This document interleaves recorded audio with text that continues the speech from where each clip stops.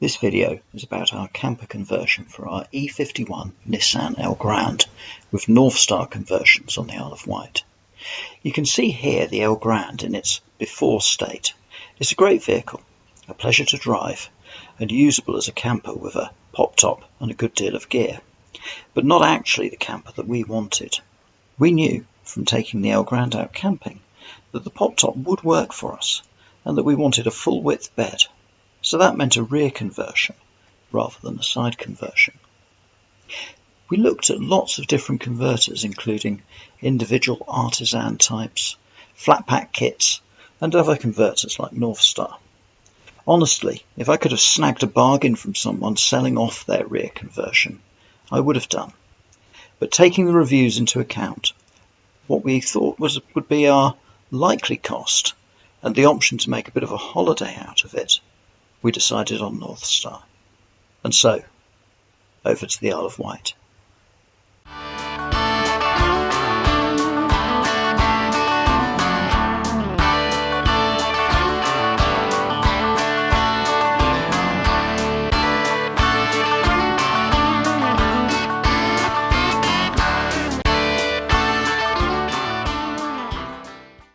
Dropping the Elgrand off at Northstar, we were able to check out the work already done on our kitchen and talk to the Northstar people about our bespoke requirements, placement of switches and things like that.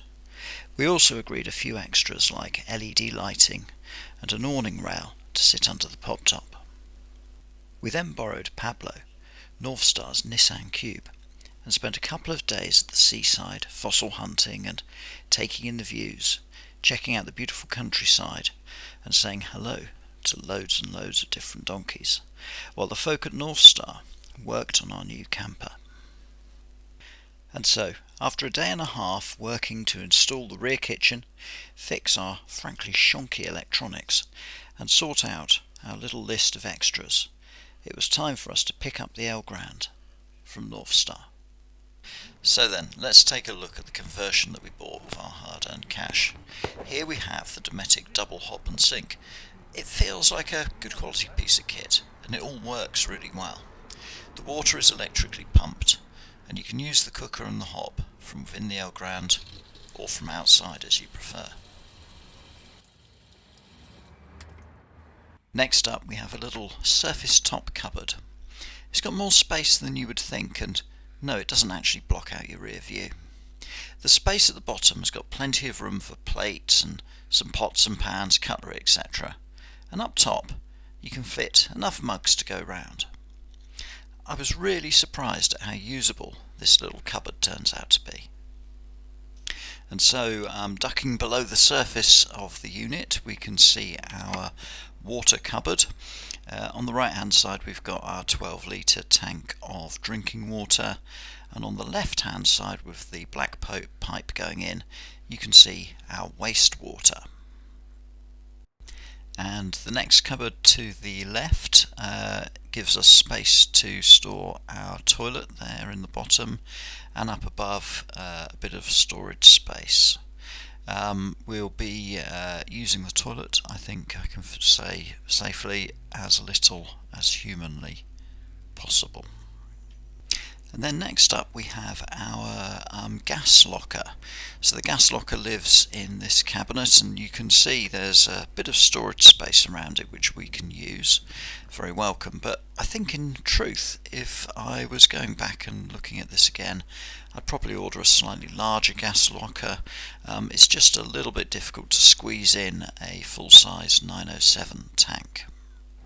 And then finally here from the rear we have access to our battery compartment. So there's quite a lot going on in here, a lot of different electric components squeezed in. At the bottom there we have our three 30 amp hour lithium iron phosphate batteries, giving us our total 90 amp hour capacity.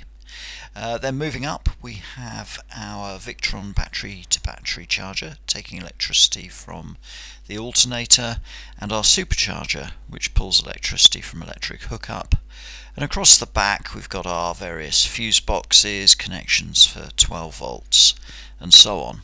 All in all, I think a pretty capable electric setup which should serve us well.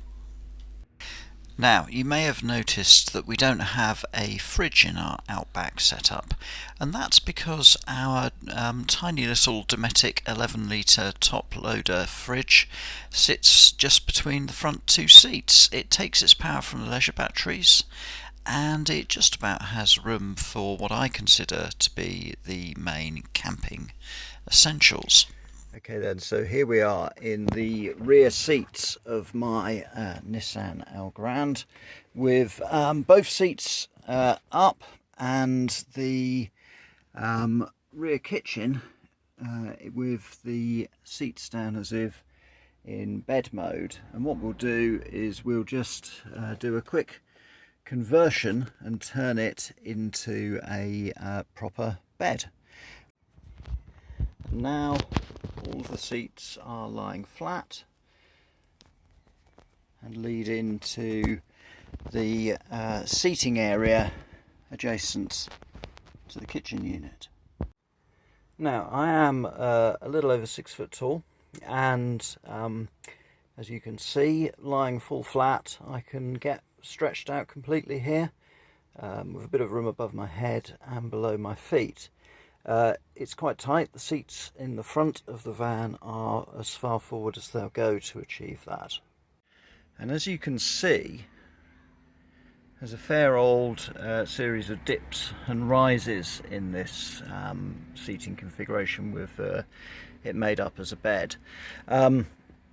Lying on it directly without anything else in between is not what you would call comfortable. It is probably just about doable, but really not what you'd want. But with a self-inflating mattress thrown over the top and a cushion or two in these dips, it really is actually surprisingly comfortable. So what about if you want to convert it back into a table and chairs, seats? Well, the first thing you do is keep your chairs in their reverse configuration, but move them back. And then the second thing you do is simply to lift up these cushions. They're connected with a strap underneath at the back there, and move them away to reveal the table, which forms the basis of the bed base.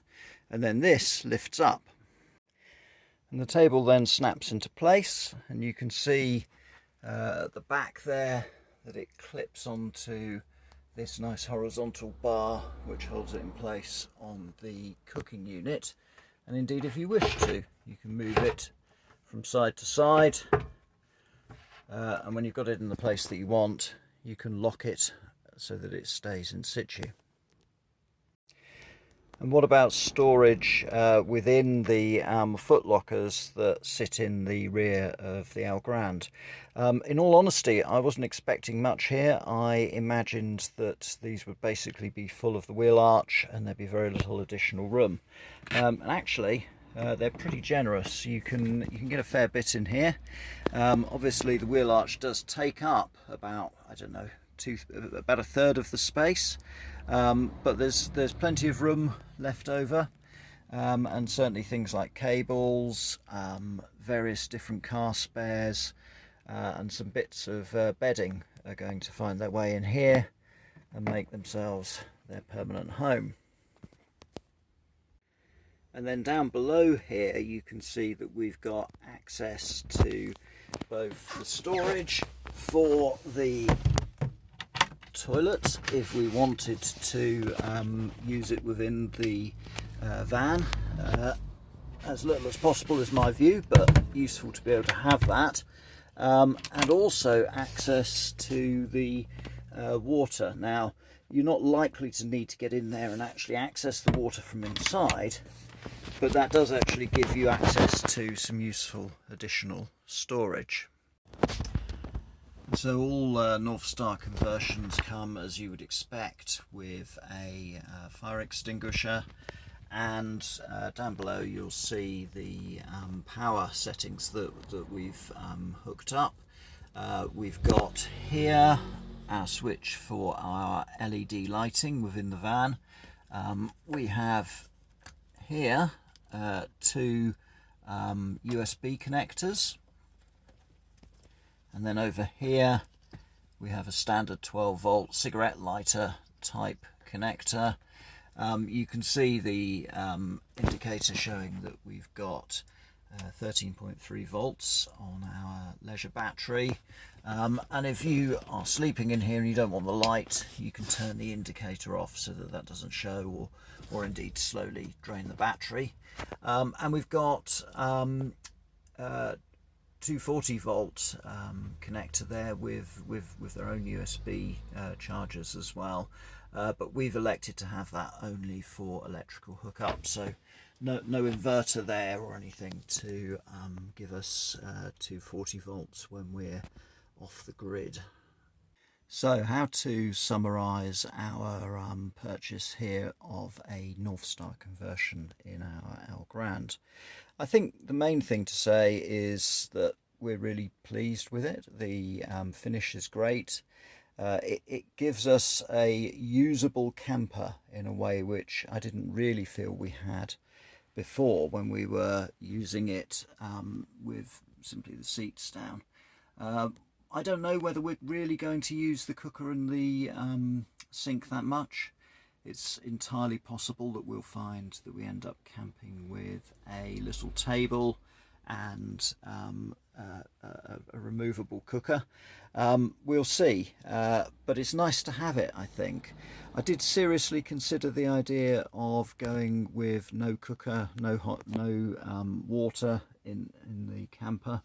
Might have given us some issues with our insurance in terms of whether they would accept it as a camper conversion or just an MPV that we've messed about with a great deal. But nonetheless, I actually think it's nice. We've definitely been using it for short stops with making cups of tea and sort of toast and things like that. So I think we will get use out of it. I suspect we might also move to cooking outside of the van from time to time. Finish feels really good. It feels like a really good quality conversion. Nice quality materials. Everything feels sort of rugged and like it will last. And all in all, we're very happy with our conversion.